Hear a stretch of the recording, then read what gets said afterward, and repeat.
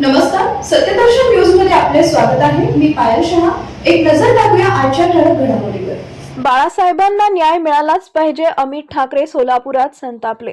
महाराष्ट्र नवनिर्माण सेनेचे नेते अमित ठाकरे यांनी सोलापूरमध्ये राज्यातील निवडणुकांच्या स्थितीवर तीव्र चिंता व्यक्त केली आहे। अशा निवडणुका होणार असतील तर निवडणुका नकोत असं परखड मत त्यांनी मांडलंय। एका कुटुंबाचं उदाहरण देत जिथं अस्थि विसर्जन करून आलेल्या आई, बायको आणि मुलींना निवडणुकीसाठी त्रास सहन करावा लागत असल्याचं ते म्हणाले। ही कुठची परिस्थिती आहे असा प्रश्न त्यांनी उपस्थित केलाय। अमित ठाकरे यांनी उपमुख्यमंत्री देवेंद्र फडणवीस यांना थेट आवाहन केलंय। त्यांनी फडणवीस यांना प्रचार सोडून एक दिवस सोलापूरला येऊन तेथील वस्तुस्थिती पाहण्याची विनंती केली आहे।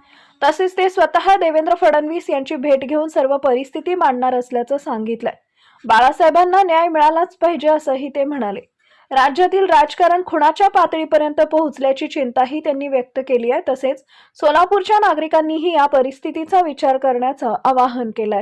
मी जसा बघून आलो ना, तसं शिंदे साहेबांनी किंवा देवेंद्र साहेबांनी किंवा मला वाटतं ह्या लोकांनी बघितलं पाहिजे ह्या घराची परिस्थिती काय, आणि अशा निवडणुका असतील ना तर नको निवडणुका। आम्ही सगळे फॉर्म परत घेतो, तुम्ही जिंका।